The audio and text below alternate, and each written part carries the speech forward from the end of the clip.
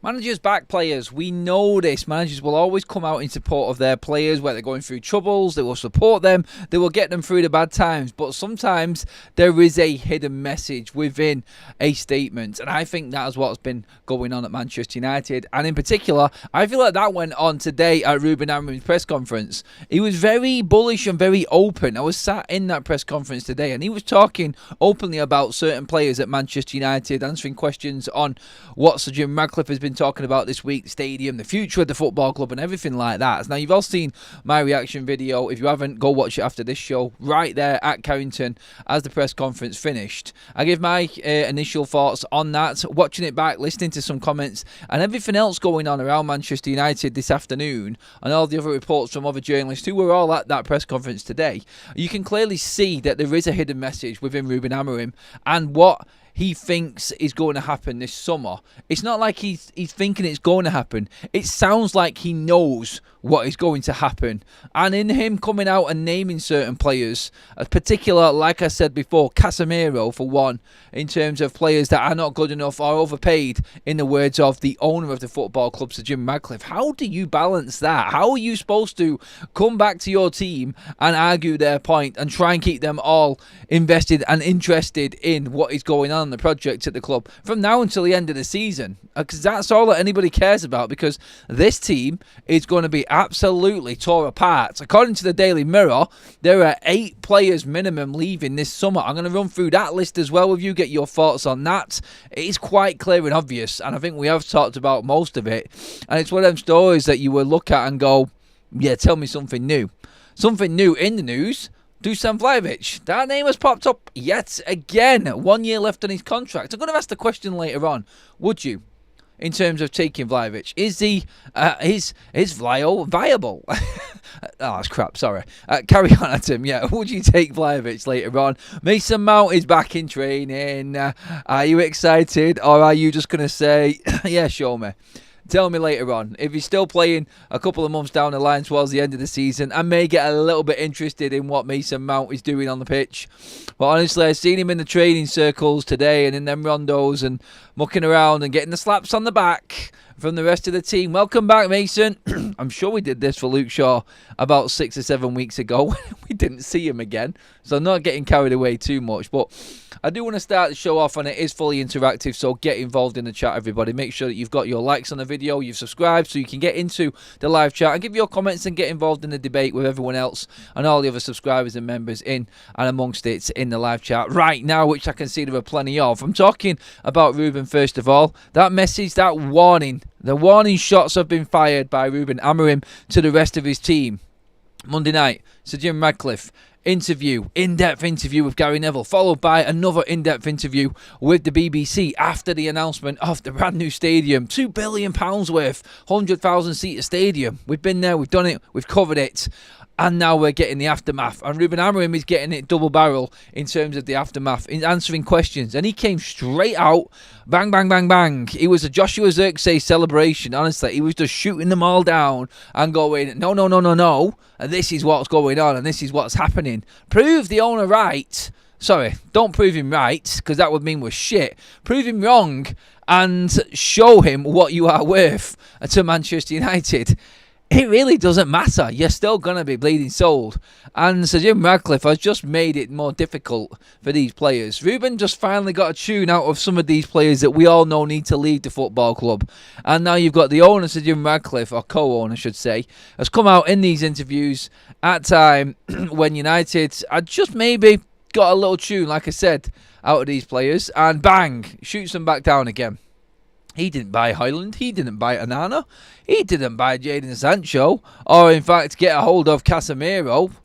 I mean, that there, and that was the talk of the town today in the press conference at Casemiro and what was said about that.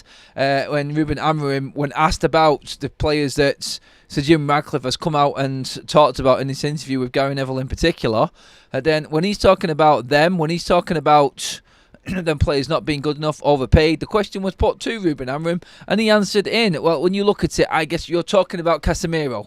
That's how he said it, for instance. And everyone's like, what? Well, you didn't need to say a name, Ruben. But now he's going back to his most decorated player. And pretty much in the public eye and in a press conference live, he has actually said that he feels like the owner of this football club is talking about Casemiro in that way. But he's come out and said, look, these players, including myself, have all failed this football club. And we need to now prove to the ownership, prove to Sir Jim Ratcliffe that they can actually be Manchester United players. I think it is just I personally think it's a rallying cry from the coaching, from Ruben, and he just laid it all out on the table for him. You've got 2.5 months, near enough, left of this season. What are you going to do? What are you going to do? Because you're going to need another club to go to. Somebody's going to have to be coming in for your worst case scenario if you don't make it. So you're going to have to put some effort in. And I feel like that really is what the message was today. It was hidden within. I personally think that Ruben knows already what's going on. He knows that these players are going to be leaving. He has been told that significant sales need to happen for him to bring players in. He's aware because he's come out with it in other press conferences before, and this is why I'm backing this up right now. Because Ruben has come out, if we want to make a sale, we need to make a sale, i.e. we need to sell so we can buy, and them deals need to be done before Manchester United bring anyone in for Ruben Amorim. In the same interview, Sir Jim Ratcliffe came out and said £89 million worth, before we even look at another player, has to be laid out in historical transfers and debts that the club already owe. We know that that is around, 300 to 400 million-ish in terms of outstanding payments still on previous transfers. Another 89 million, let's round that to 90 million, is out of the club this summer. And then we will add to that with other purchases that are coming into Manchester United as well. So the only thing that counters that is players that are being sold. And that's where we get onto that list of players that Manchester United are actually looking to get rid of right now. And on that list, you already know the wage issue and the players that we cannot sell, haven't been able to sell because of that wage issue. The likes of Tom Heaton, no real brainer. 50 grand a week, near enough, for doing absolutely nothing at Manchester United in terms of playing. He does have that positive vibe around, but in terms of Ineos and what they like, anybody who's not contributing on the pitch, they're probably going to get rid of. Top lad, Tom Heaton. I still rate him higher than both the goalkeepers that are the ones in front of the United audience right now and in front of the fans at Old Trafford and wherever at the moment in the first team. He's still better than both of them in my opinion, but never used and obviously surplus to requirements with all of the academy goalkeepers, of which there is quality coming through the ranks in that area as well. So Tom Heaton is gone. Johnny Evans, chronic back issue right now. I think it's the end of days. I think retirement is coming for Johnny Evans personally, and we will celebrate his career. Thank you, Johnny. You came in last season, partly in this season, and stood up and was counted in our hour of need. Thank you, Johnny Evans. He's gone. Lindelof, thank you for your performance against Arsenal. I don't think you've ever been consistent enough or good enough for Manchester United. 120 grand a week, gone. Thank you very much. There's 220 grand. We're creeping up to $250,000 already. Then you get Christian Eriksen. Love him. Great player. Shame we didn't buy him earlier, like many of other players that have come through Manchester United in the past. 150 grand a week wages, gone. See you later. We're now creeping up to the 400 grand a week mark in terms of wages, and we've not even sold anybody yet. So do the maths in terms of what United is saving a month already in wages. Then we move on to the likes of Antony and Marcus Rashford. Them two definitely will be sold this summer. Manchester United know what they need to make for Antony. He is still performing well. He will be performing again. I think he is playing tomorrow night in the Conference League for Real Betis. So him and his value, we know about him. Marcus Rashford, we know, needs to be sold by Manchester United anyway. They're the other two players. And then you're into the likes of Mason Mount, possibly Luke Shaw as well. And then we've just been talking about Mason Mount, and I've got a poll running up in the chat right now, which is asking you all, do you think Mason Mount could play a significant part in the rest of this season? Are you confident that he could play a significant part in the rest of this season? Talk to me, let me know what you feel about Mason Mount in the chat as well. I'm going to come to that around about the 10-minute mark in the show, so it's getting through the rest of these transfers and what is happening with Manchester United and what the rumours are going around in terms of that list of players. And when you look at it, when you go through it all there, like we've just said there, you've got Anthony Sancho has to go, obviously. Casemiro, Eriksen, Evans, Heaton, Lindelof, Mount. You could easily get rid of a dozen players this summer. Easily get rid of them. Honestly, that's how bad it is. And this is what we're now going to be judging Ineos on. Let's just put the stadium and let's put everything else, rebuild and future aside. Let's deal with the now. The transfer window that's coming up is absolutely huge for Manchester United, and all eyes will be on Ineos in terms of what they do and how much they give Ruben Amorim. And if that means the outgoings are going to have to be significant, then so be it. We need someone who is going to act and deal with the situation we're in. He said in that interview that he is just going to do the best and what they think is the best for the club and get it done. The decision is made, and is made very quickly. They're not going to dwell on it, and that was his reasoning behind the Dan Ashworth situation. So when Ruben speaks and Ruben says these players are all playing for their Manchester United future, they have to prove to Sir Jim Ratcliffe that he is wrong.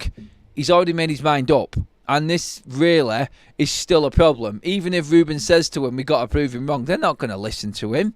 They already know that they're out the door. They already know that Sir Jim Ratcliffe has made his mind up about nearly all of these players. So yeah, no, I don't believe that they can play their way back into Ruben Amorim's, or for that matter, Sir Jim Ratcliffe's mind. Because Ruben Amorim was talking today openly. He said he's not going to talk to the media about what he said in his meetings, but they are very upfront with each other. They like each other because they say it as it is. Ruben gives as good as he gets with Sir Jim, and that's why Sir Jim likes him. And I think that's why you're getting the backing. He works in a way that Sir Jim Ratcliffe likes, and he is willing to work with him in the transfer markets. He understands the predicament of the football club.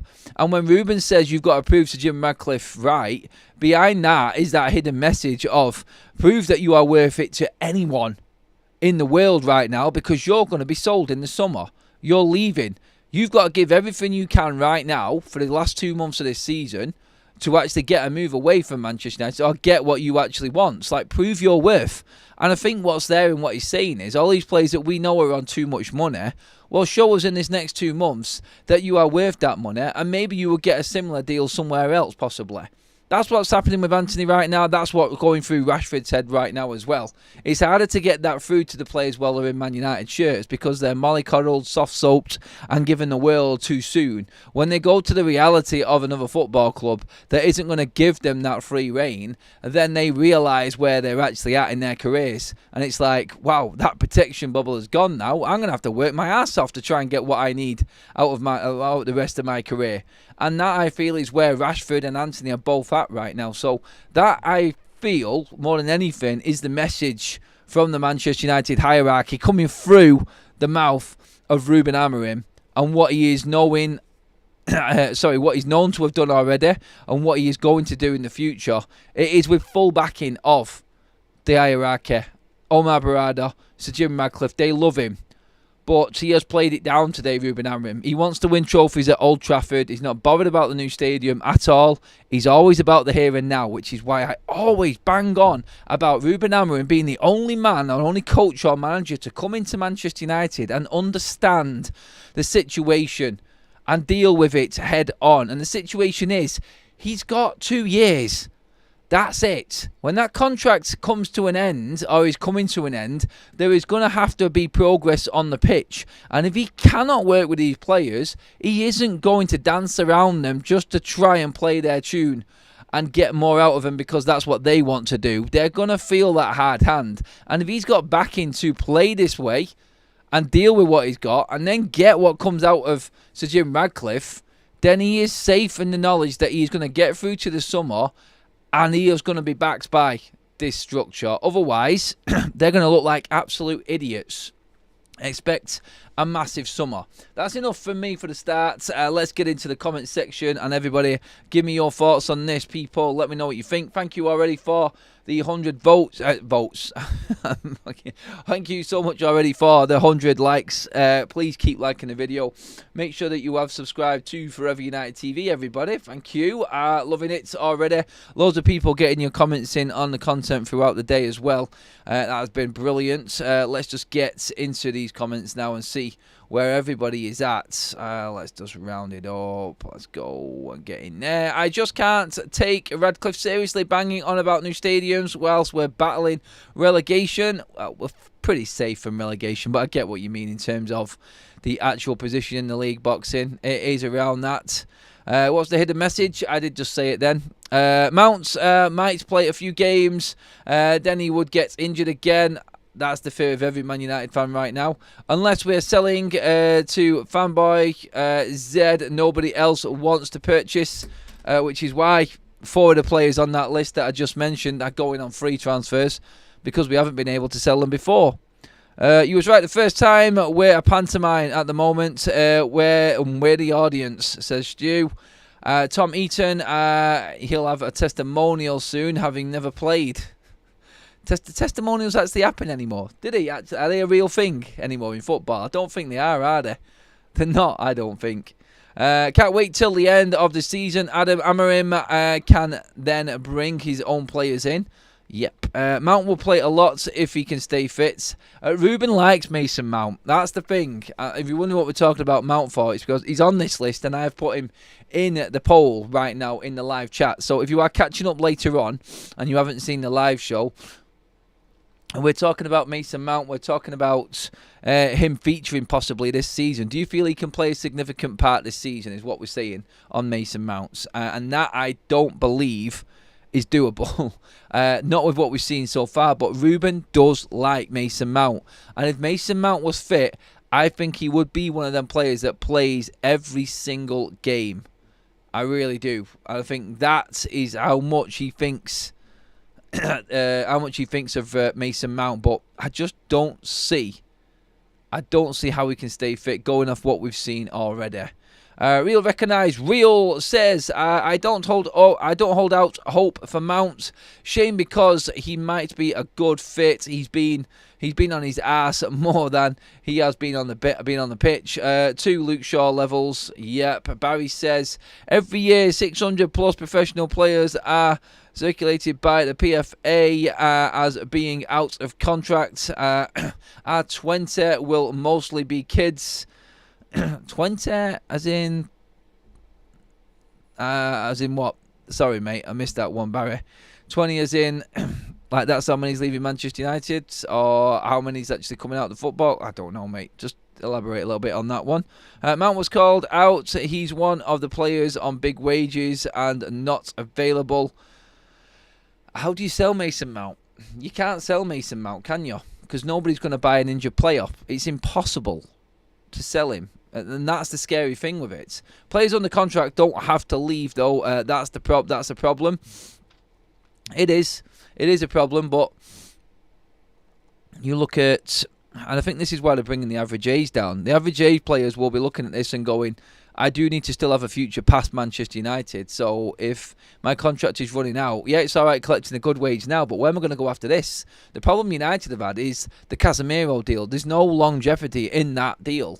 Because Casemiro is now into his 30s, nobody wants to buy him, and he's happy to stay because he knows this is the best deal he's going to get at the age that he is. If you're a young player, and which is why I think we're debating with Kobe Mainoo right now, if you're a young player, then you have to look at this contract and go, right, I'm still going to have to play, or I might have to move because I've got a long time to go in my career yet. And after this contract ends, where am I going to go then? If I'm not playing well, I'm going to need at least one more move. The problem United have done, we've paid a lot of money and given big contracts to players that really are not going to stand the test of time.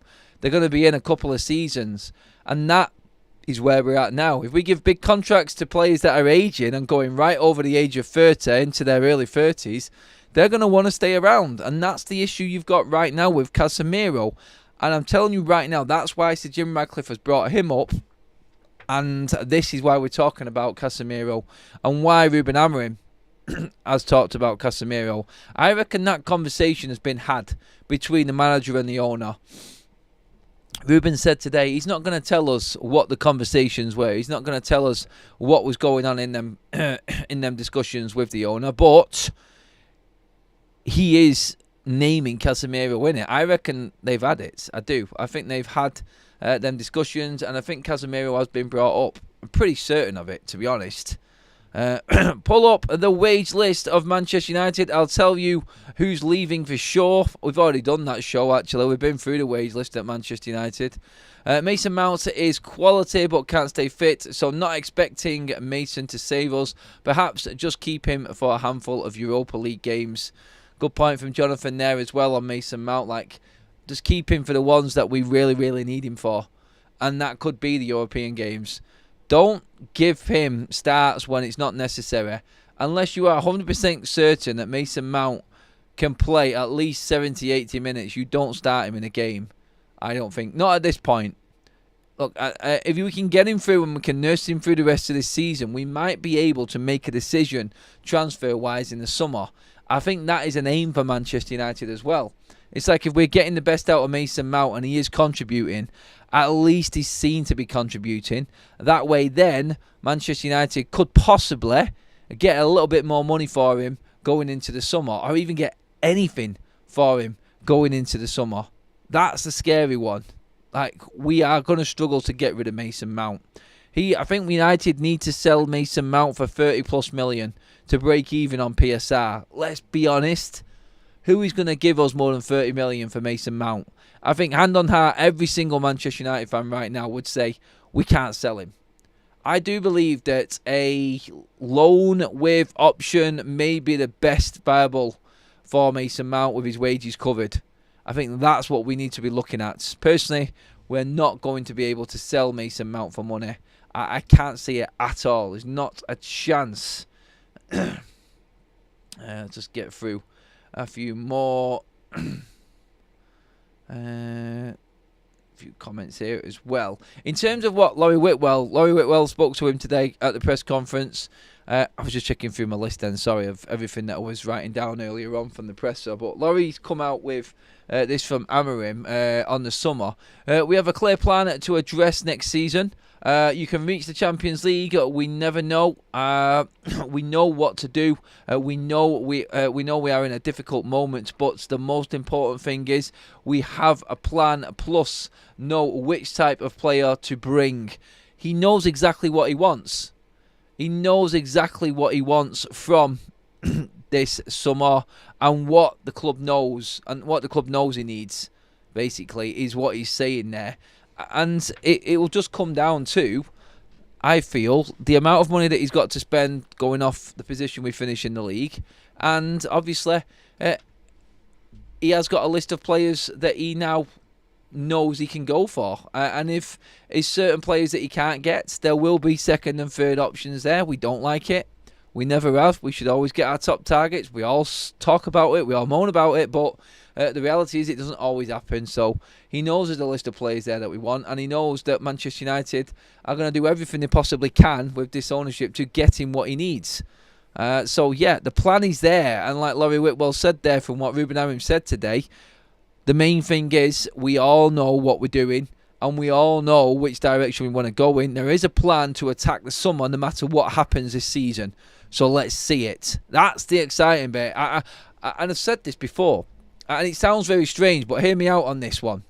If Manchester United don't qualify for the Champions League, if Manchester United are not in Europe next season, I think I'm more excited to see what Manchester United do in a transfer window in that scenario, rather than if we finish in the Champions League. Because you know we'll have money because of the Champions League, and it'll be the obvious signings that United will go for, I feel. And it will excite the fans, and it will probably be the better players on our list. But I want to see what this club can do when it's on its arse. I want to see how creative we can be, because one thing I know for certain is if this club is not in the Champions League, if this club cannot spend the money it wants to on certain players this summer, then what we are going to be doing is finding a way around that and trying to find other avenues in the transfer market to exploit and bring in the talent that Ruben needs. And the only way that happens is if players are sold. And if players are sold, then that has cured a problem that has been at the club for years. And that's nobody moving these players on, because there's always been money there to spend. But we've wasted that money on absolute wasters and players that are, like Sir Jim says, overpriced, overpaid, and reality tells you not good enough. And that is where we're at. And if we go into the summer without Champions League football, I think I'll be a little bit excited just to know how we go about it. What players are going to come in? What deals can we make? I'm looking forward to seeing some real recruitment come into Manchester United now. And that, above anything else, is what excites me the most. Don't get me wrong. I will always take being in the Champions League ahead of not being in the Champions League. That is everything for United. And in terms of revenues and what we could bring in next season because of the Champions League, yeah, I don't expect us to win it. Can we compete in it? Yeah, of course we can. Because we would have been able to recruit because of the money that's coming in from the Champions League. And that way, I feel Manchester United will actually start to bring that debt down with this structure in place. Because I still don't feel they're going to go out and spend a fortune even if they win, even if they're in the Champions League. I really don't. So, that's what I feel is... well, that's what excites me more than anything else anyway. But, yeah, I don't believe that there isn't any sort of plan B. I don't believe that they haven't got a plan B or C. I think they're all there. I think this is what they've been doing. And under Amorim, since realising that this team is not good enough, I think preparation for the summer has been in full steam ahead mode. And I think we will see some exciting deals done. And I think the more exciting ones will come in the outgoings. Personally, I really do. And that's what excites me more. Just on other news as well, Andy Burnham, no public money. He has come out and said this on Sky Sports today. Again, anybody asking about taxpayers' money going into Manchester United Stadium, they are fronting the whole bill. They have to pay for it themselves. And that's come from the Mayor of Manchester. The only thing that they're going to get help with from the council is moving the freight trains and moving the freight station into a different area. And that is what they are willing to do. And a plan is in place for approximately 300 million for that to happen. And that's what the costing is going to be. That's it. Everything else for United that's in red in that regeneration area is paid for by the club.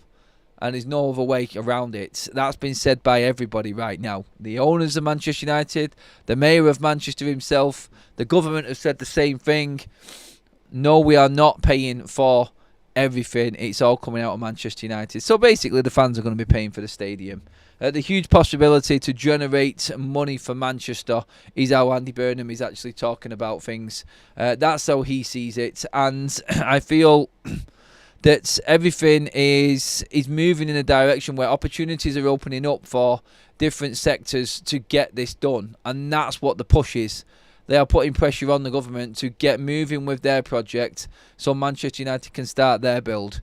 Speaking to all of the journalists today, there's a lot went on today. So generally just went in to Carrington and I was just openly talking. They were all at it. I was asking them what they thought. And I would say about 78% of them says crocker shit.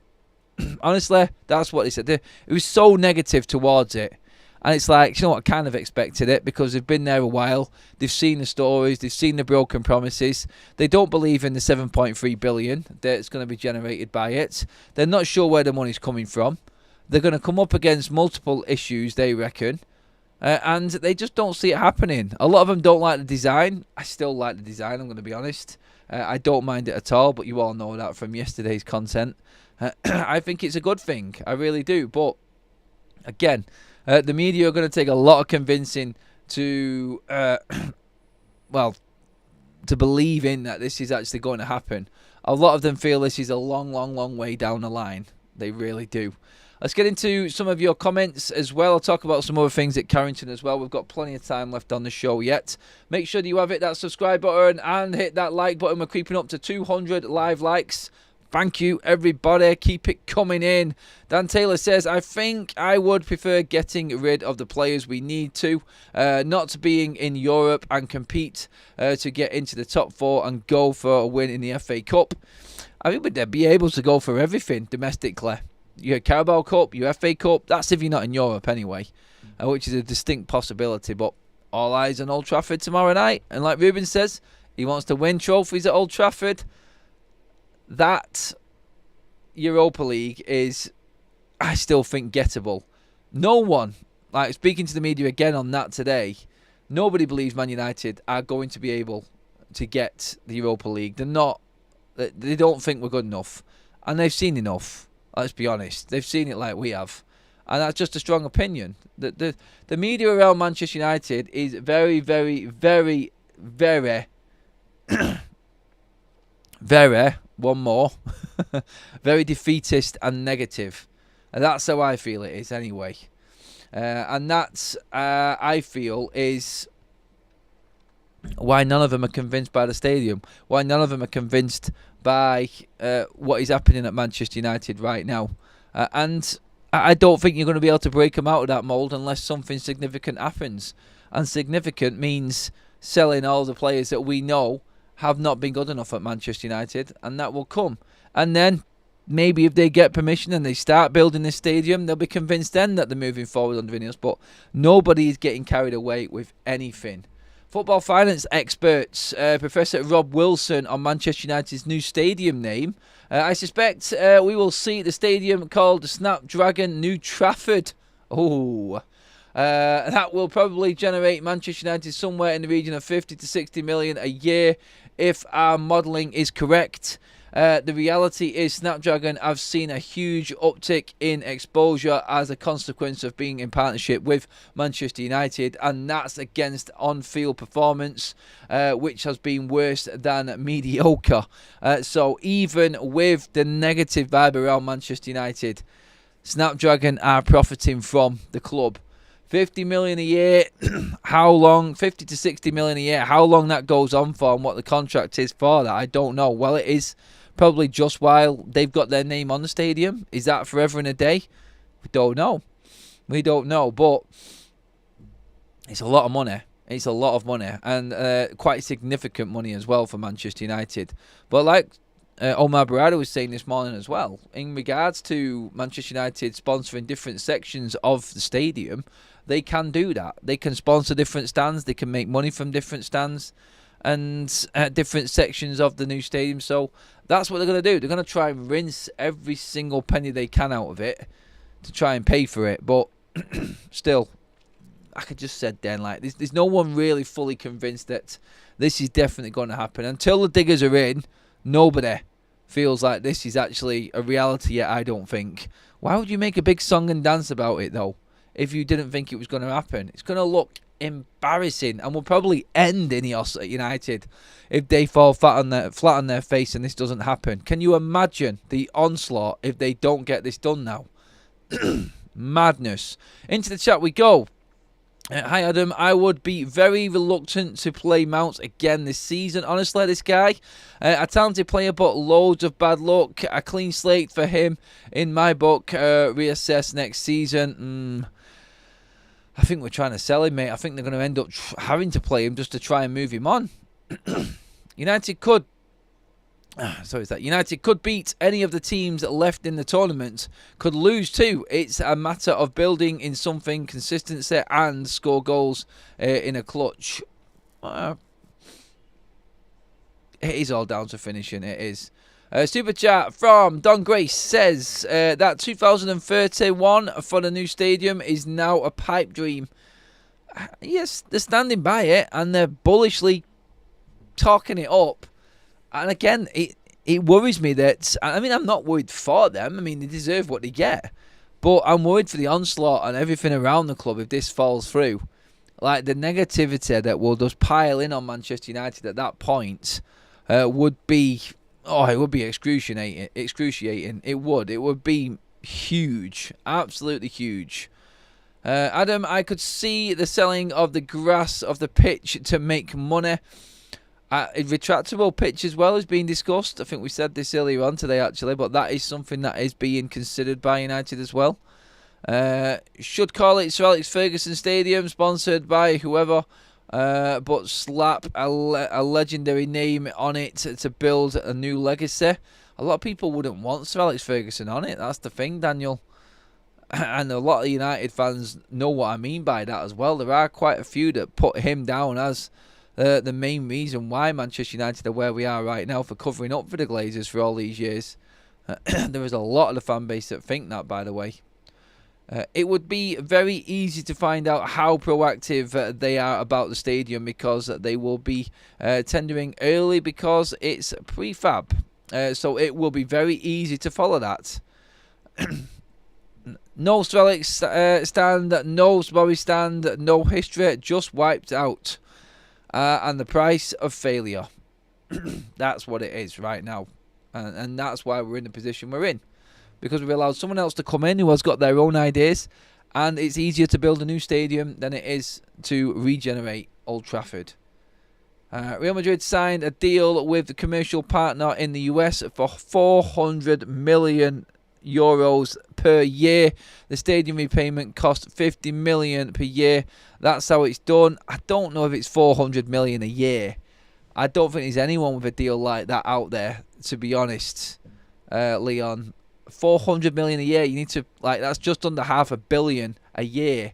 I don't think it's that. I don't think it's anywhere near that. I think maybe in total, but I cannot see that being real at all. I really can't. Jim has to start building soon. He's an old bloke and could likely cack it at any time. He wants to be done before it ends up 6 feet. Before he ends up 6 feet under. Did he actually mention that he's not actually going to be here in 10 years to see it? So he has to make it 5 years. I think he did mention that, didn't he? We have had a poll running as well. Regards to Mason Mount. Do you think Mason Mount could play a significant part from now until the end of the season? And 73% of you have said yes. No, sorry. No, not yes. I kind of agree. I do on that one. I think it will happen. It's the easiest way for them to make money long term. It will be their priority number one as owners, I think, in terms of the stadium. Babs says, I think the project is wonderful and and will do wonders for the rundown area. Bring it on. True, the stadium talk is scary. I see it as a last-ditch attempt to make money by Ineos. So Jim realises that he's the only legacy chance. He's the only legacy chance left. Orlando, let's be honest, Old Trafford is awesome but ancient. So we are into the 21st century. We need a completely renovated and modern stadium that is significantly larger. Yeah, I think a lot would agree with that. I think we definitely are in that point. Also today you would have seen, as I was recording my vlog at Carrington, Bruno Fernandes doing his bit with the fans outside of Carrington, stopping, talking to people as well. Brilliant. I even had a quick chat with him myself just to say good luck tomorrow and everything like that. He then he let on. He said thank you. He said nothing much else past that, but you could tell obviously there's a man there that's appreciative of the support and doing this bit with the fans. He did let on to us as he drove past as well. I have interviewed Bruno Fernandes before. He is dead easy to talk to be honest, as a professional footballer and someone so important at Manchester United. So again, just wanted to say a little bit of credit to Bruno Fernandes again, doing his bit with the fans. I know it's not really what people want to hear about right now, but still, I think it's a bit of a positive, and you do know I like to put a positive in there as well. And hopefully he has one of his Bruno nights again tomorrow night, because we are going to need him. We are going to need Bruno Fernandes massively tomorrow. And that, I feel, is going to determine the whole mood of this football club and its fans from now until the end of the season. I honestly don't know where we go. If we drop out of the Europa League, I don't know where this team goes and where this club goes. We cannot, what have we got left? It's 10 games, isn't it? 10 games left this season in the Premier League. And that's all we've got if we go out the Europa League tomorrow night. We cannot afford to slip up tomorrow. We have to beat Sociedad. Otherwise, it will be complete and utter devastation. We can't... How the hell are we supposed to survive another 2 months of the season if we're out of Europe? I'm not saying that Europe's the be-all and end-all, but at least have a good run in it to give the fans a little bit of hope. We have to at least have something to play for going into April, surely. But yeah, it will be massive for Manchester United, because it will be Lyon next. And then we'll be looking at the possibility of, obviously, a chance to get into the semi-final. And then it's all in. Then you're forgetting about Premier League games and you're resting everybody, because it's all on this. Some people would say right now, forget about the Premier League. Let's just go full bore into the Europa League. That's what we need to do. I'm kind of agreeing with it. Cheers, by the way, everybody. We got over 200 likes. Absolutely mega. Thank you, everyone. Adam, we don't drop out. We'll win tomorrow, says Babs. I hope so, Babs. Rachel Brown says, I rather I've had a positive from players. They're moaning all of the time. True. Imagine we go out after this week's news. It'll be carnage. Yeah, it won't be a happy fan base. God, we need that positive tomorrow, do we not? We really do need something to cling on to tomorrow, and we have to make it happen. We have to make it happen. Like, honestly, I don't know what I'm going to be doing. Like, I don't know what I'm going to be thinking. I don't know what the future is going to hold for the rest of this season. I can see United getting smashed by everybody in the Premier League because the players have given up. That's my ultimate fear as a United fan right now, that we go out of the Europa League tomorrow and then that's it. Done, dusted, season over, down tools, everybody's on the beach, and it's that horrible walk into the final stages of the season. Compa Smith says, is Zubimendi fit? I don't know, I'm guessing he will be. I don't even know if he's played. I've not even paid any attention to Real Sociedad this weekend. There's been that much going on with United, but it would be a positive end to what I think has been a positive week for Manchester United. After Arsenal, then obviously we've had the stadium announcement, which is good. Obviously still got to be proven that it's actually going to happen, like we've said. But that, with that news, and we go through into the Europa League last 8, then you're starting to look at the next few weeks as a bit of a positive. We beat Leicester hopefully on Sunday, and we go into the international break on a pretty decent high. And I think that will be what all Manchester United fans hope for. I think that's what all Manchester United fans need and are craving right now, more than anything. That just needs to be our position by the end on Sunday. We're through tomorrow. We beat Leicester. International break. Everyone goes away. And wham bam. There you go. Back in time for the next game. We have got some incredibly difficult games coming up. Manchester United. I'm thinking straight away of Newcastle and Nottingham Forest away. I'm thinking of Manchester City at home. I'm thinking Bournemouth away. I'm not liking it. We've only got 4 more home games left this season. And at the end of the season is bad as well. We've got to go to Chelsea. We've got to play Aston Villa yet as well.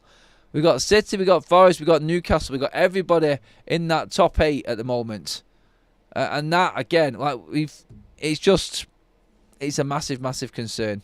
And if we're in the Europa League, I think we'll carry a little bit of confidence going into these games. And that's where I'm at. That's my hope more than anything else. That the Europa League galvanises the team and we go forward from now to the end of the season. I feel like that's what Ruben is looking at right now. I think he's seen enough character over the last couple of weeks to give him enough hope that they can get the job done. We've got players coming back. We've got Manuel Ugarte back. Lenny Yoro won't take long. Again, I think I was right on Harry Maguire. Them being concerned about Harry Maguire and him still not training, I think there's something more serious with Harry Maguire. And hopefully we do see more of Aiden Heaven. There are talks that he is going to feature tomorrow again, which would be good. Ruben has already come out and said we have got a player on our hands there with Aiden Heaven. So really looking forward to seeing him get game time again in the big stage. Gutted we can't see Chido for obvious reasons. I think he would have played a big part in the Europa League. I really do. Super chat from Glenn. I'm glad that there are no away goals rule anymore. Yeah, that was a shit rule, that. We have come a cropper on that many a times in the past, Manchester United. I am glad as well.